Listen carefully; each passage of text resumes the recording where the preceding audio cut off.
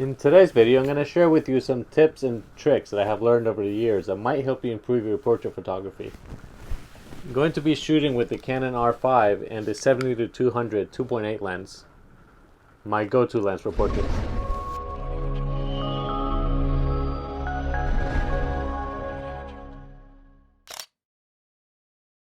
So today I'm going to show you my process for portrait photography. We're on location and we're going to be shooting a senior shoot here for a friend of mine. I've known this guy since he was about this big, and to protect his identity I'm going to call him Brian. So the first thing I'd like to do when I go on location is to have the client, in this case Brian, pick the spot. And that does two things. Number one, it makes him a little bit more comfortable because he chose the location. And number two, it's going to make the pictures mean something at some point. So let me pose him here real quick and get started. The first thing I notice is that you look terrified. There, see, relax, you're good. I'm going to get close. And there it is. That is the first question that everybody asks, is where do I put my hands? Go ahead and put one arm up here, and then the other one, like an old man, hold it like that. Hold it like that, yeah, so I can see your hand. I don't like it when the hands go away. There we go.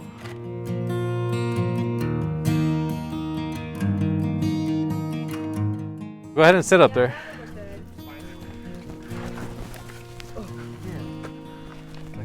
Now put one leg, no, closer to you and the other one up towards me. Yeah, but not your foot up, like that.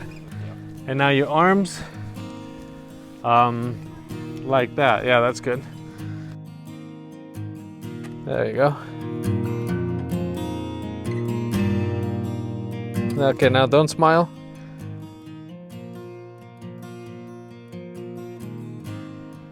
Put your hat. Hold your hat on your hand, check your hair.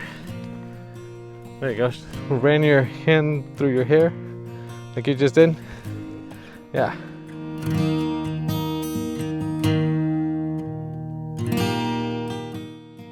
Look serious. Stick your head out towards me a little bit.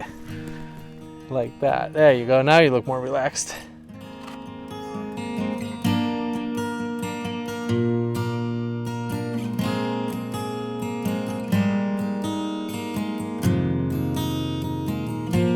Something else to remember when you're posing men is you want some of the stronger angles, so right angles usually.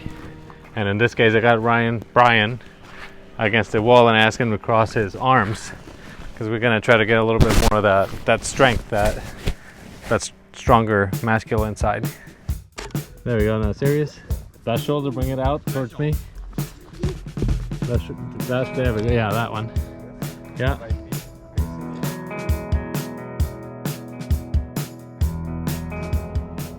All right, smile maybe. Don't.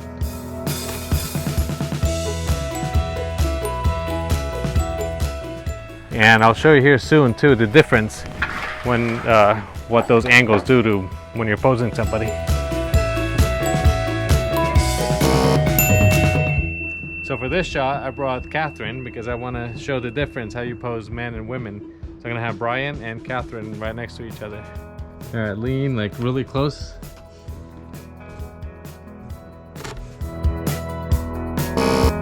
Go ahead and put your arm around her. And now, maybe if you grab Ryan's knee that way. Like that? Yeah.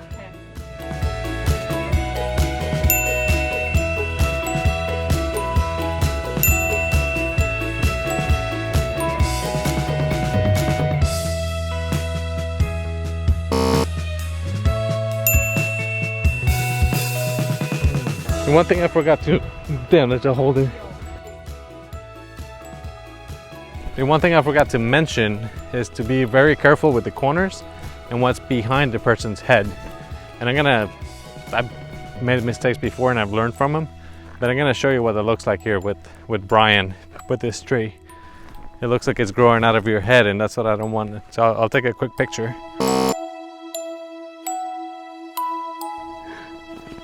Changing locations and changing clothes gives you a little bit more variety for your images, and that's going to help a lot at the end.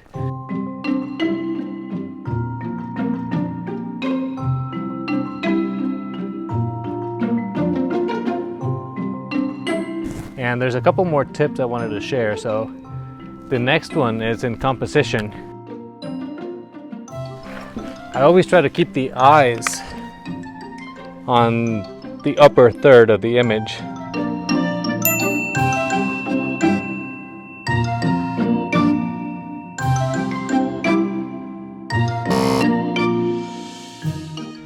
And then another thing that's very important is do not cut off the hands.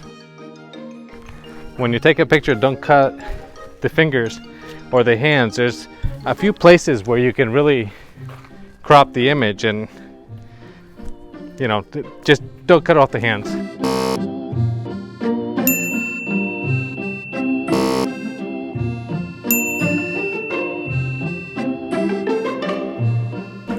And then also bring in props, bring in a hat, bring in a knife.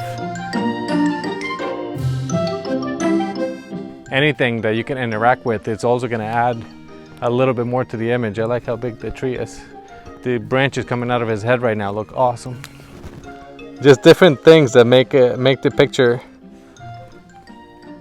just add a little bit of interest to the image. Bring in the dogs, bring in pets. It just adds another element and adds more to that memory, which is what's important.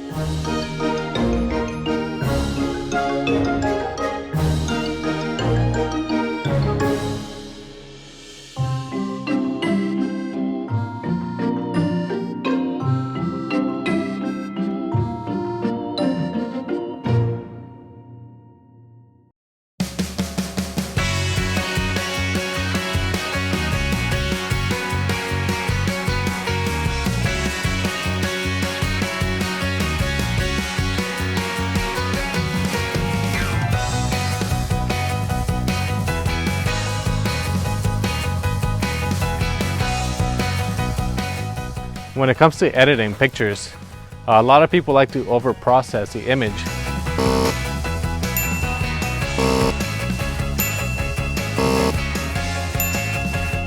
And when we're talking about younger kids, teenagers, there's a lot of things that grow on your face, and they're not going to be permanent, so those they can remove.